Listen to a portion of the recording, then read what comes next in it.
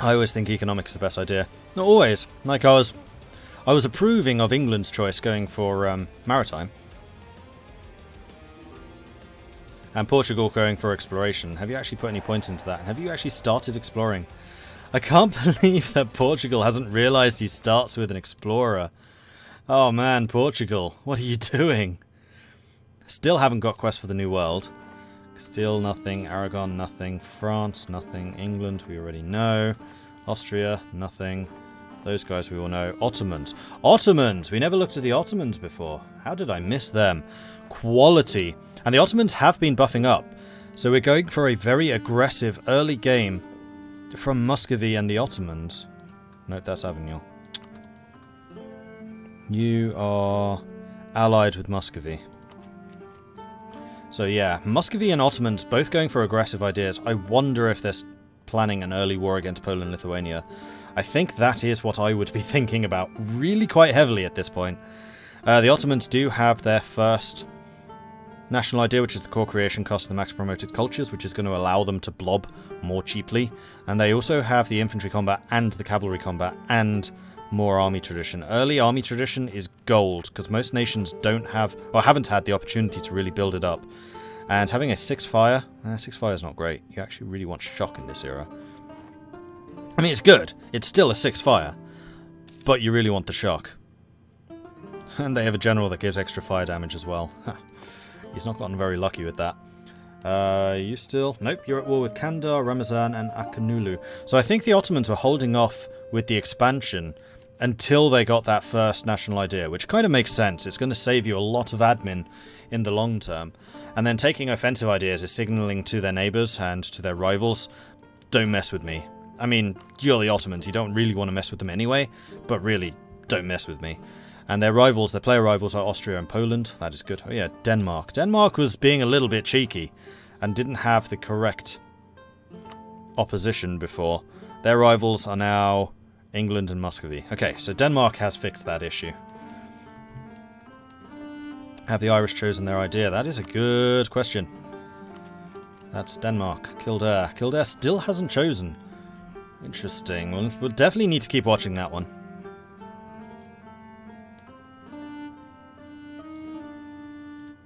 Partners for the partner god.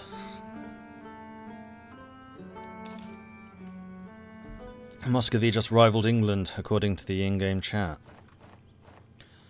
Oh, this chat. Yeah, one of the really annoying things is the observer can't see this chat. It does pop up, but once it's gone, it's gone. There is no log. The log doesn't work. So you're saying that they have rivaled England. And they have. They are rivals with Poland, Denmark, and England. Interesting. Why would Muscovy rival England? They don't need to. Has England reciprocated? Nope. Poland and Oh no, it's Muscovy. Damn it. France, Aragon, and Burgundy. Okay. And when a nation is not actually here, if they're in protected status, they still count as a player in terms of rivalries. Get that sexy purple check mark. Yeah, Ben, I am very jealous of you having that check mark. I want it. I must have it. Good luck with the plans. I started playing Muscovy and formed Russia fairly easily. Now I have an enemy in the form of the Ottomans. What's my advice with how to deal with them? 400,000 of them versus 300,000 of you and your allies. It's 1700 economy is okay. Tech is up to date. Any advice is good, but I think I can defeat them now, even though I just lost more in 1660. I would recommend playing as Russia. Your country is enormous. Attrition them. The Ottomans can take a fair amount of attrition, but their stacks tend to be massive. So just have a couple of waves of 1,000 man units. So like 1,000 man mercenaries. That's the word I was trying to think of. So just get like one mercenary regiment and just run ahead of their armies and just scorched earth. So one of the options you have is scorched earth. That will cause them to take even more attrition, especially at forts and stuff like that. And then also just make sure you fight the defensive battles. And we do have a player war. Player war, player war, player war. Kildare! Backstab! So Kildare is currently at war with England. We have England, Castile and Normandy versus Kildare, France and Holland. Holland is probably hoping to bring the ships so that they can actually get... Nope, there is no naval dominance here.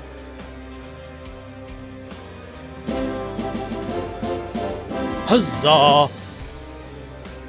Huh. I don't know what they're really intending to do with this, because right now, England holds all of the cards. Oh, no, they don't. The Dutch actually managed to land some troops in Kildare. Now, have you chosen an idea and is it military? You still haven't chosen. What are you doing? You have 900 military points. Get offensive or something like that. Battle. 3-star general. Dutch absolutely kicking ass and taking names, as they should. Jacob Arnhem. Oh, Arnhem, great place. Fire 6, shock 3, maneuver 4, siege 1 versus Anson. 4 shock. 4 versus 3, so England does have the shock advantage. Morale is definitely in the Dutch favour. And there we go, first victory goes to the Kildare Dutch armies. But do they have the manpower to fight this? Kildare actually has more manpower than England. Holland definitely doesn't, and I suspect that Holland's going to be carrying most of the weight here. Although, what's this I'm seeing? I'm seeing Danish armies. Has Denmark declared a separate war? Denmark has declared a separate war. Oh, good grief. Aragon has declared war with Navarre. Kildare, France and Holland, and Denmark, Sweden, Norway. England is in trouble here. So apparently a lot of people really were dreaming about an independent Ireland, and they are bringing it. They are absolutely bringing it.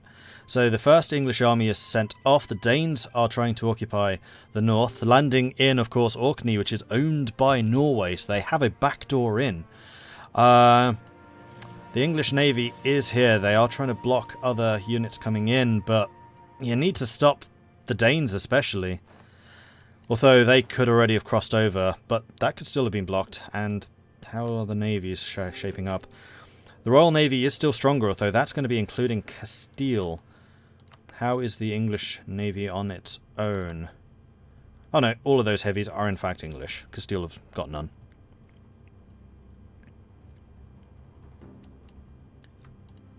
Have any other wars been declared? Holland, Sweden, England, Denmark, Kildare, Aragon, and France. What does Aragon plan to gain from this? Oh, Aragon's going for Aquitaine. How's France going to feel about this? Because France came to... Oh no, France came to Portugal's aid. France is getting some more troops going up here. Let's stay focused on the English, because this is definitely where all of the fighting is going to happen. England, quite wisely, staying down here, letting the forts up here in the north do their job. Castile have landed a couple of troops. Because England maintains naval superiority, Castile is going to be able to ship troops over there. But of course, Calico's not here. Castile's not actually played right now. So they will come to England's aid, but it's not going to be the same as having a player doing this. But this is allowed. This is not breaking the rules, because they did not attack Castile. If they take stuff from Castile, that's breaking the rule. But just attacking one of Castile's allies isn't. Ming rival Darkfighter. Darkfighter. Is that Divia? No, that's Arachnos. Who's Darkfighter playing as? Oh, Timmy. Interesting. Probably because Timmy is gobbling up some of the hordes, which Ming relies on as tributaries. But I want to stay focused on England. So England is counter-attacking into Ireland. They are shipping troops across. If they can take this out and take the Straits again, then the Dutch general is separated from the Kildare general. Kildare does have a 4 shock, so at this stage of the game, I would actually say that Kildare's general is the better against England's shock 3. I'm hoping that they have some more troops coming in. They're going straight for the capital. That is a good move. That's going to start driving up the war exhaustion. If they can take this army out, they can control the Strait crossing, and that's a -2 to cross this. If they even can. The English have naval superiority, so they can fully occupy Ireland, and there is not much that these guys can do. Bring in your second army. There you go, there you go. You are forced to withdraw, but England can chase. There is only 1 fort here. Oh, no, there are 2. But that's not really blocking anything. Nope, it's not. If there was a fort here, that would block access to the south.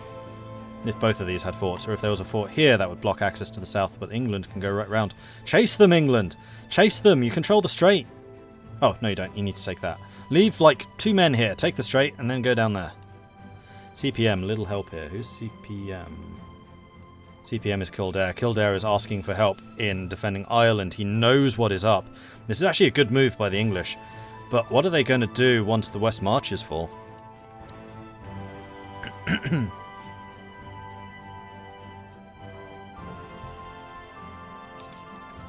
Another good way is to take defensive ideas as Russia. Yes, because then you're increasing the amount of attrition taken by the Russians. Okay, the Dutch have been forced out of their port. The Dutch have no admiral, the English do. This is the English making use of their early naval tradition superiority. They have more morale, though only just, but those 8 heavies, and this is the Dutch transport fleet. And the Dutch don't seem interested. Well, they can't retreat yet, not until the 16th. So they're locked into this fight for another 3 days. This is going to be a lot of the Dutch transport capacity gone. These guys might want to try and withdraw. Like, this is not a good place to sit, especially with the English right here.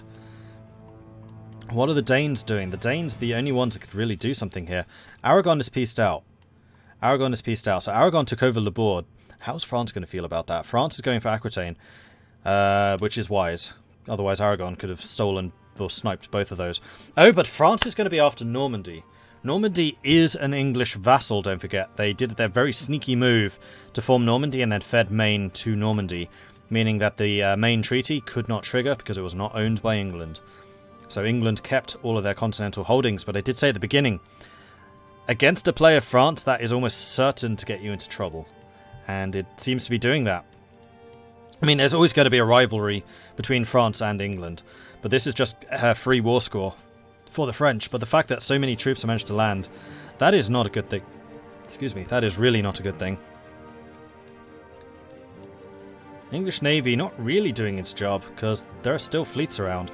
Like, it's free war score for the English. If the English can just round up and defeat all of these navies, that's free war score. And more so if they start blockading. Right now, having all of your ships in one stack like this is kind of a waste. Okay, this is now 7%. That fort is going to fall relatively soon now. How's England's economy holding up? 0.33. Ireland is hemorrhaging money. How many mercenaries? How are you over your force limit? What's going on here? You are over the force limit. Not with the navies. Have you taken mercenaries? Where's your army? Down here. If I click out of that, click on you. You have indeed taken mercenaries. You're losing 10 ducats a month, so you've got 6 months worth of financing. Unless, of course, one of these guys starts subsidizing.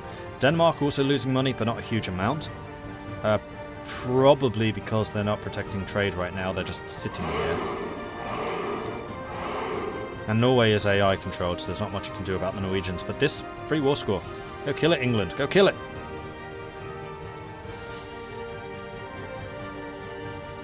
Here's the game, hot join are only at the start. It is hot join, you need to go to my Discord, which you can find here, and then to the community multiplayer tab to find the details. And let us know what country you want to play. Because some of them are protected. You cannot play as Castile or Crimea. Those have already been claimed. So England is continuing to take this territory. They're not moving their army away. If I were England, I would probably split this army up and put the majority in the Pale. The Pale is their territory, so it's going to have a much higher supply limit. Here, they're just taking attrition. Not a huge amount, granted, but attrition is attrition. Okay, so the Dutch Navy has been forced out to attack the English. The two are still at war. The Dutch Navy also... well, we've seen this before, but they do have an admiral this time. Not a very good one, but it does have 2 maneuver, which is going to give them a little bit of extra. But here we go, the Dutch losing their light ship fleet. This is why I was saying, move them away. There's no reason for those to be in this war. Those extra light ships are not going to give you the edge against the Royal Navy. Back off. Kildare still hurriedly trying to find somewhere to run to. West Marches still haven't fallen. Neither has Northumberland. And I've just realised I don't have my notifications up.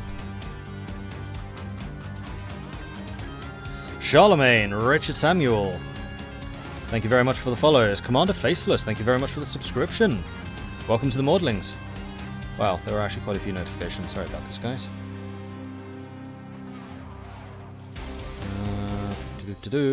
And Yodo, this is for my first badge. Congratulations on your first badge. And thanks very much for the bits. Nice one. Anatolia is unified now. Anatolia is unified. The Ottomans have done it. Well done. Making use of that. Took a while. Took a while. Making use of your cheap coring costs, I'm sure. Yeah. Well, see ya. See ya. Oh, here we go. Another battle. Nope. England were already moving. England would have been there first. That would be a river crossing with a forest. Kildare made the right choice, deciding not to progress that one. Kildare might want to try to go for this. They're just being cut off by the English wherever they try to go. I mean, what they might want to do is to go to Lakin and then attack into Kildare. Meanwhile, the West Marches still haven't fallen. Castile's not doing very much, but they are slowly shipping troops in. Meanwhile, Northumberland currently under occupation. The Royal Navy still just sitting there, not really doing very much in terms of blockading. I mean, one thing you can do with the blockades is drive up war exhaustion, which means that they're going to have to deal with rebellions at home. And if you were to do that to Denmark, then they may be forced to send some of their troops home. Or to the Dutch. The Dutch do have recently conquered territory that probably has separatism still. Here we go, another battle.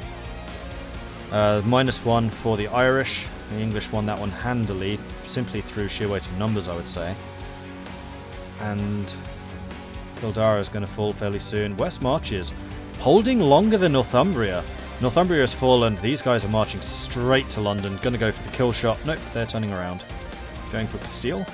Yes. Castile is sitting in Lancashire, which is wooded.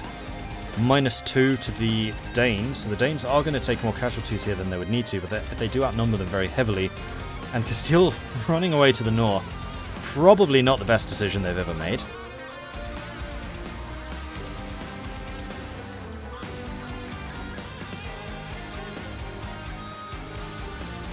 Meanwhile, Ireland's consistently falling. War score is still in England's favour, but only just. Castile is down to medium war enthusiasm. They're going to be able to piece Castile out soon, I think. Castile is still reeling from their previous wars. Castile has rebels. See, this is why you want to blockade. This is a problem for Castile.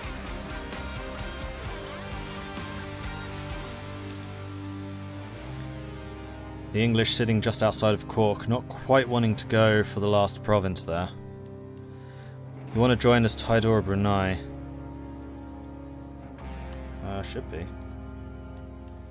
Yeah, Brunei would be a fairly good choice. You're going to have Dai Viet in the area. And Tidor, I don't remember where Tidor are.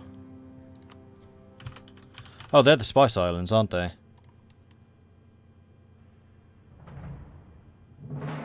Which nobody can see. And I can't see it either, because I can only see stuff the players can see. Anyway, battle, war, fight, death!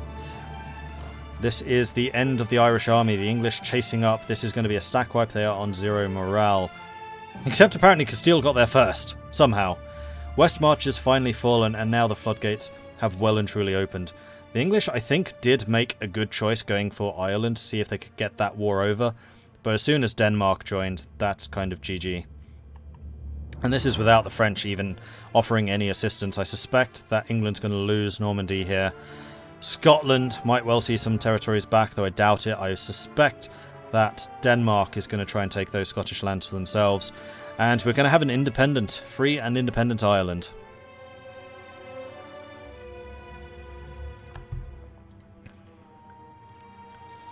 You were asked already, Richard. No all caps. Otherwise I'll do that.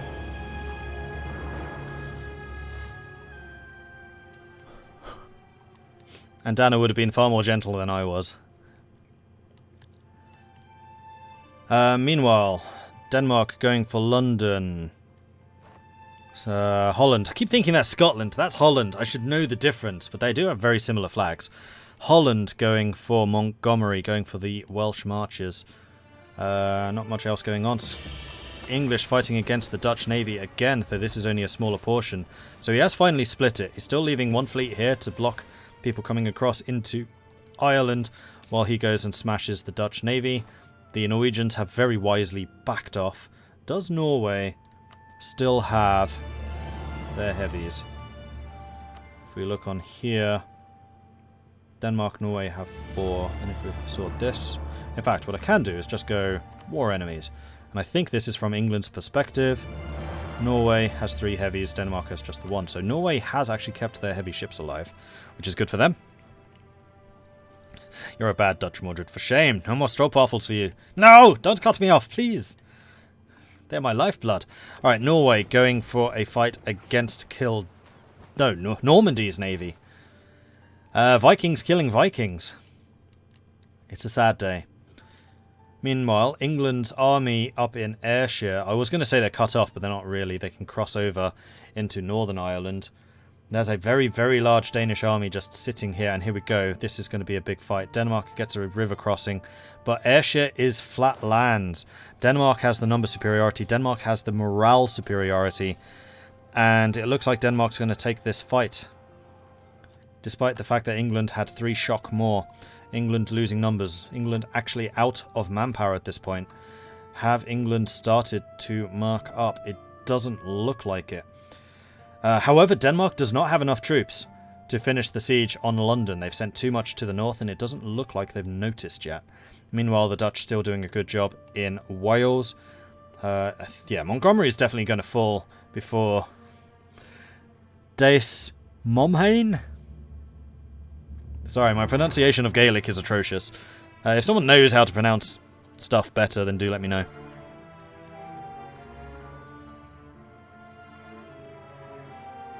It's kind of amusing seeing all the massive armies, and there's little Scotland going, please don't step on me. Yeah, I'm somewhat surprised that Scotland has not used this to declare their own war, because this is definitely a stomping for England. They have a truce, that's why they can't. Not for another couple of months, like 3 months, 4 months. Which could be bad for England, depending on whether England keeps their armies or not. Castile is on low. Denmark should really try to piece the Castellan out, as should Kildare. Not that they've done very much, that's just going to be free war score. But Castile is more than busy with their own rebellions. These are pretenders. Okay, so that could break the country, but it's unlikely to actually lose territory, with the exception of the Granadan separatists, so we might see a resurgent Granada here. England sitting on an idea, which they have not yet taken, which is a force limit one. Well, they don't have the funds to build up their navy right now, so that is not a huge surprise. Quick question. Yo. Are we allowed to support rebels in a protected nation? No. Alright. Mm-hmm. Protected is protected. Ireland is doing pretty well in this war. He has strong allies. Like, Ireland's played the diplomatic game here very, very well.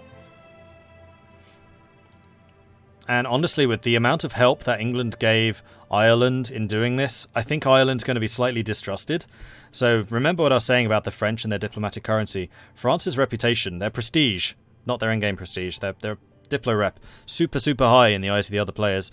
Kildare, though, depending on how they feel about England's humbling. Loan offer from Savoy to England. England having to fight off some separatist rebels. But London, what are they going to do about London? They need to get over here and jump on this while the Danish army is up here in the north. They do have vision on this, and they can see them heading south again. Bearing in mind that Sweden and Denmark are both players. Samuel Richard, thank you very much for the follow.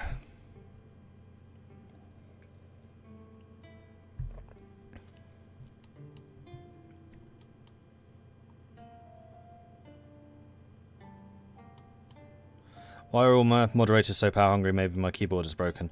Why do I not believe that for a second, Samuel? I am Dutch, yes. But I've lived in the UK for so long I don't have an accent. Well, I have an English accent. So, Castile has been pieced out. They took my advice. Was that from both wars? Yes, from both wars Castile has now been pieced out, so Castile is going to be free to deal with their rebels, and Castile seems to be arming up pretty quickly. Normandy has entirely fallen. The English armies are still sitting in Ireland. I suspect these two might be talking, but Denmark's doing the damage. London has fallen. Montgomery has fallen. Now it's just a matter of time, because the war exhaustion is going to skyrocket for the English. English war exhaustion is already 5.8, and that's going to go higher and higher as the occupations kick in. Plus, the longer England stays without a peace deal, the more devastation they're going to suffer. Admittedly, the bigger the peace deal accepted against them, the more revanchism they get, the less devastation actually sticks around. But that could still be some more lasting impact. And also, is England going into debt for all of this? Only 3 loans. Like, England's actually managed their finances admirably, considering everything that's happened. Meanwhile, Kildare has no debt. I suspect that somebody is funding them. If we take a look at their diplomatic subsidies, no subsidies. Have you just... Oh, you have no army. Right, you have no expenses because you have no army. So you're still getting your 1 ducat a month from being a nation. And that is paying all of your expenses, so that's kind of lucky for you. Meanwhile, in England, the damage just continues to be done. Although the English are counterattacking up in Scotland. We have a peace offer from France. France wants Aquitaine and want Normandy to no longer be a vassal. Has England accepted this? England have accepted this. So Normandy is now an independent nation for France to take over. France didn't just take territory, they just ended the vassalage. So if Burgundy wanted to be sneaky, Burgundy could now jump in and take over Normandy, which I think would be kind of hilarious. Meanwhile, England, Normandy, still in the same war. They've got France out of this war, but France, frankly, was not the danger. But France did take Aquitaine. What's Denmark going to do? Denmark's peace deal is going to be the interesting one, I think.